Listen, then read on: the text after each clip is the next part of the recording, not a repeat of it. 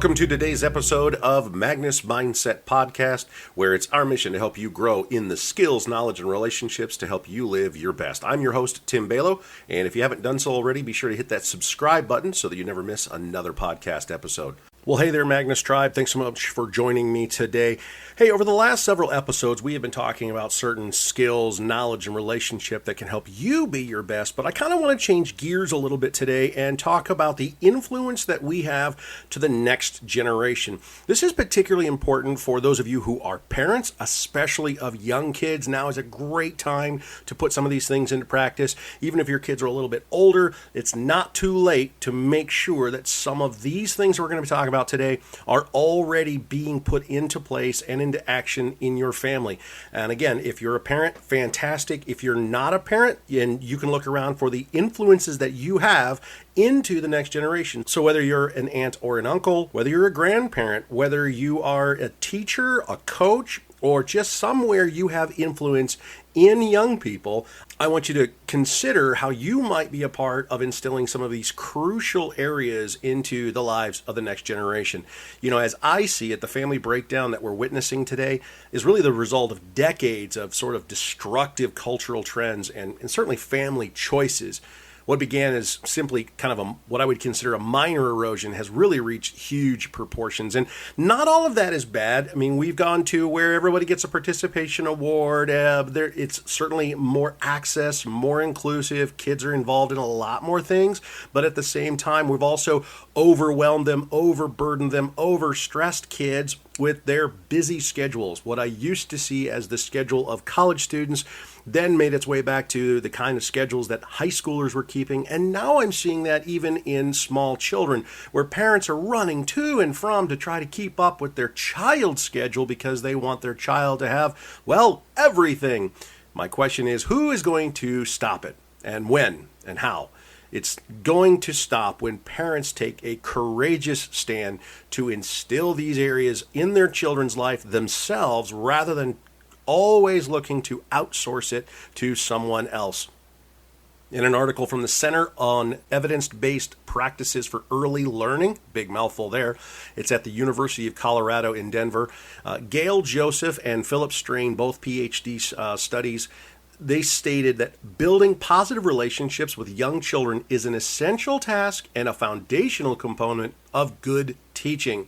So as children grow, they say, in the context of close and dependable relationships, these relationships that we have with them help to provide love and security and nurturance and really responsive interactions. And what I want us to explore together in our time today is 6 areas that I believe are really crucial to instill into this next generation. If you're taking notes, get ready to write them down. They all start with the letter C, so let's begin with instilling confidence in your children. Our first one is confidence. As parents, we want our children to be secure in who they are in our family, in their relationships. They know who they are. When our children were growing up, we'd drop them off at school or at some other function. We'd always tell them, hey, remember, you're a Balo.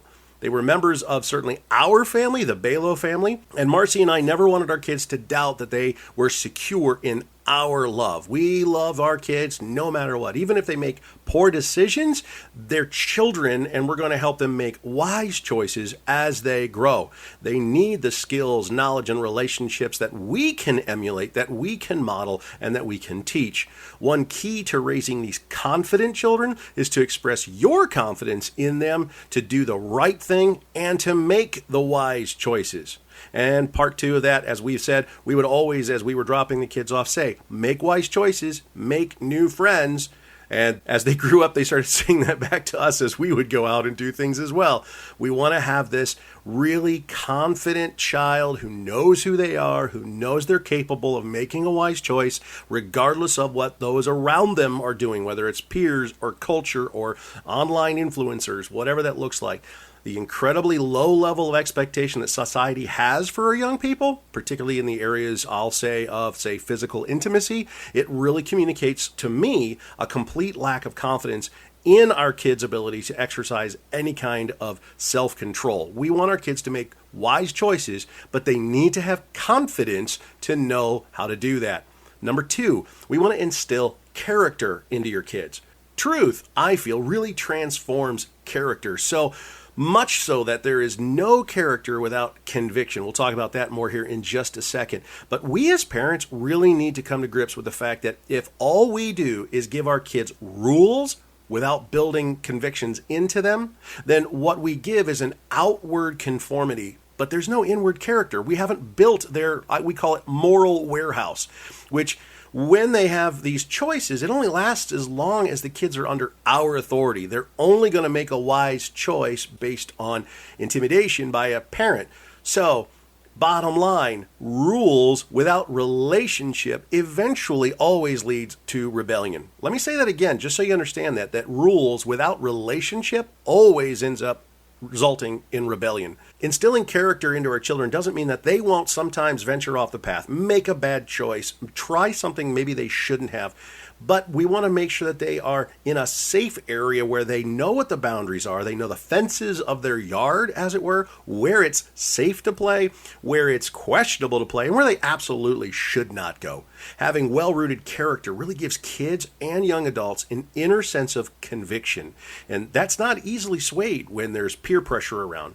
So when your child not only knows the difference between right and wrong, something we're always at work trying to do, but they have the courage to stand up for what's right, even when no one is looking, you have produced a person of character. We call that integrity, the idea that we are who we are even when no one is looking. Number 3, we want to instill competence into your children. We need to raise up competent kids. Part of this is teaching them how to do everyday things in life well. Don't wait until they're an adult to try to teach them how to do adult things. So whether it's learning how to handle money, carry out their chores at home with excellence, or any of those things that they are going to need in life, we should be teaching them now. With our kids, again, we have 3 children, all grown now. Very early on, we were teaching them to do their own laundry, to cook some of their own food, to learn how to sew, to all of these, skills that they need to have as they grow older. And our kids are actually better at some of these things than I am. We have a daughter who is incredibly gifted when it comes to understanding herbs and flavors in food. I tell you what, she cooks some of the most amazing things. I have another daughter and a son who understand woodworking, and I'm amazed at what they can do with the tools that I've had for years. I can't even do it, but they have competence in those areas, in those skills.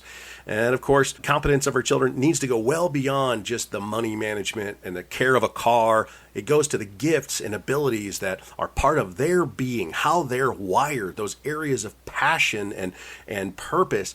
It's important to provide them with opportunities to develop those gifts because we are usually pretty successful and fulfilled when we are serving in the areas of our giftedness. And quite frankly, that builds some of that confidence we talked about earlier and this competency. Confidence, which we just looked at a moment ago, leads to competence as children learn that they can fulfill their defining purpose in this world. Next, we're looking at this idea of instilling conviction in our kids. There's an old saying that people who don't believe anything will fall for everything. It could be written across the foreheads, I think, of this next generation. One result is that we are all producing people determined not to take a firm stand for fear of being labeled as intolerant, insensitive, uninclusive, whatever that might look like. But truth, by its nature, is intolerant. Not of people, but of what is false. So, help your children to understand what truth really is. Truth always demands a decision on their part. And one of the best things that you can do for your kids is to help them to know what they believe and, also important, why they believe it, and to encourage them to stand for those convictions no matter what. Remember that children form their basic attitudes and beliefs at a very young age. In fact, I have seen studies, and in my psychology courses that I took, it was that a child's worldview is mostly established even by the age of 5 or 6. What they believe to be true about the world is actually already in them before they even start school. Remember that these truths need to be instilled into our kids until they become settled convictions, that moral warehouse, that when a decision comes up, when they're faced with a choice to accept misinformation or falsehood or choose truth, they have this moral warehouse that they can go in and look around and see, okay, I can pull from this teaching that I had from when I was a child and understand that I can stand for this truth. Truth instilled becomes truth lived out. We want our kids to grow up with firm convictions that are grounded in the truth and not simply because it's just opinions or preferences. Number 5, to instill compassion in our children. Yes, we want them to have convictions. We want them to speak truth, but we want them to speak that truth in love. And by having compassion, we help our kids to understand other people's perspectives. All caring begins in the heart. And with true compassion for those who are really hurting, compassionate parents produce compassionate children.